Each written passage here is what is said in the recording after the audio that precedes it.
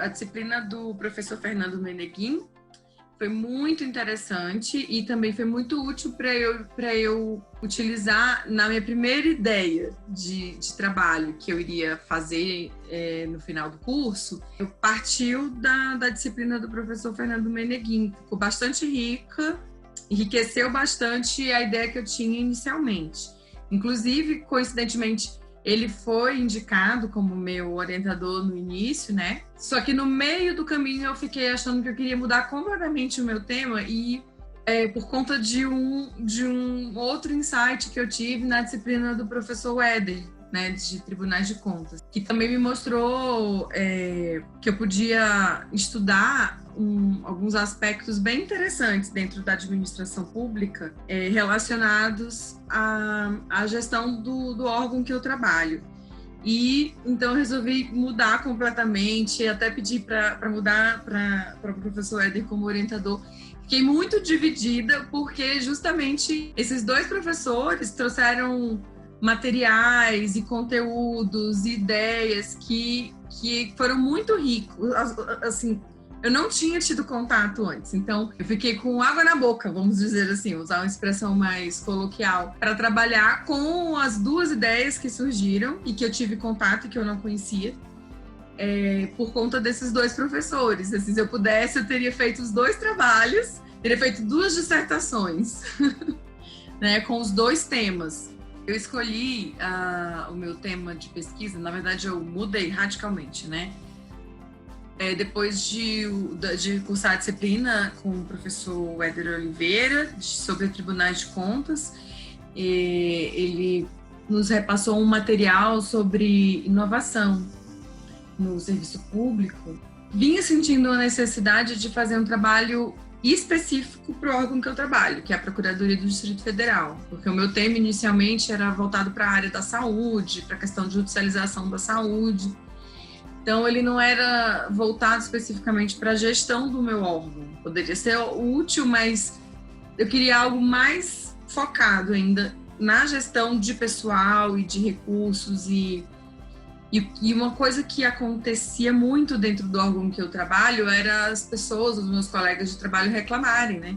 Da mesmice, da dificuldade de se promoverem mudanças.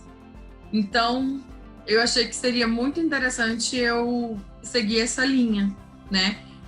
Tive uma dificuldade porque é um tema que é mais relacionado mesmo à gestão, e eu sou advogada, então eu não tinha uma base, mas eu consegui conciliar essa ideia com um aspecto mais sociológico, né? De análise de comportamento do grupo, de interação do grupo, como que o grupo constrói a relação profissional interna dentro da organização e, consequentemente, as influências que essas relações intersubjetivas acarretam dentro da organização, com um foco específico, né, nessa questão de atuação inovadora, proativa, das pessoas saírem do mesmo, né, buscarem uma mudança dentro de uma organização pública.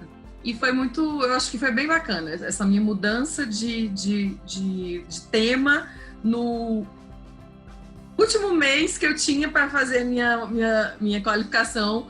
Foi muito difícil, claro, né? Porque eu tive que pesquisar quase do zero, mas eu achei que valeu a pena. Bem, a perspectiva etnometodológica, ela não é muito usual aqui no Brasil.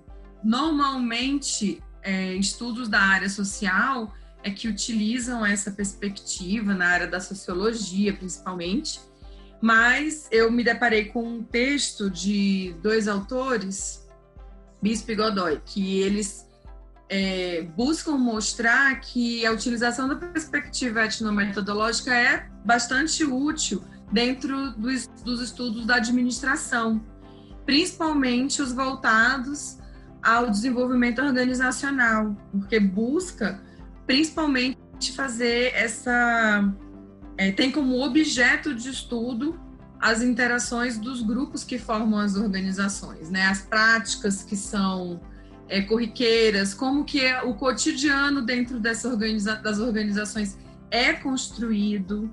Então, como eu também tinha a intenção de fazer uma análise cultural de como que se constrói a cultura organizacional dentro da organização que eu trabalho, eu optei por essa perspectiva teórica porque acaba que tem um aspecto sociológico, né? Quando você avalia cultura, você acaba tendo um olhar sobre aquele grupo social. Então, por isso eu optei por essa perspectiva teórica que faz uso principalmente de observação direta, de análise da fala dos membros por meio de conversas informais, de entrevistas, principalmente fazendo análise de alguns critérios que são definidos pelos teóricos, né, que defendem, criaram esse método. Então, eu tinha que identificar esses critérios dentro do campo pesquisado, né? Palavras que eram mais utilizadas, as expressões que eram mais utilizadas pelo grupo, o sentimento que o grupo tinha a respeito da organização e do trabalho dessa organização para a sociedade. Então, identificar expressões. Um dos critérios da etnometodologia é a indicialidade, que a gente precisa identificar pela fala dos membros do grupo expressões que demonstrem o sentimento que eles têm a respeito da interação do grupo, como eles agem. Então, essa questão da análise da fala é muito importante. Outra questão também é analisar práticas que o grupo desenvolve, práticas em comum, né? Como eles buscam alcançar os resultados da organização, identificar por que eles adotam aquela prática, identificar barreiras, as dificuldades que eles encontram dentro da organização para alcançar os objetivos. Então, são critérios que a gente precisa, que o pesquisador que utiliza a perspectiva etnometodológica, ele precisa utilizar para chegar à conclusão a respeito do objeto pesquisado. Bem, os resultados foram bem interessantes porque, de certa forma não, eles realmente demonstram, eu posso dizer que eu consegui demonstrar cientificamente a percepção que os membros do grupo, que eu faço parte desse grupo, né, costumam ter a respeito do funcionamento da organização. Então, eu consegui organizar, porque eu entrevistei 50 colegas, né, dentre entrevistas e conversas informais. Então, foram 50 pessoas com quem eu conversei, dos mais diversos setores e tempos de casa. Então, foi bem interessante eu identificar que aquele sentimento que a grande maioria dos colegas tem em relação às deficiências da organização, ao que a organização precisa investir para obter melhores resultados e obter mudanças, eu consegui, de uma forma científica, demonstrar, né? Olha, isso não é só reclamação, as pessoas não estão só reclamando do que está dando problema aqui.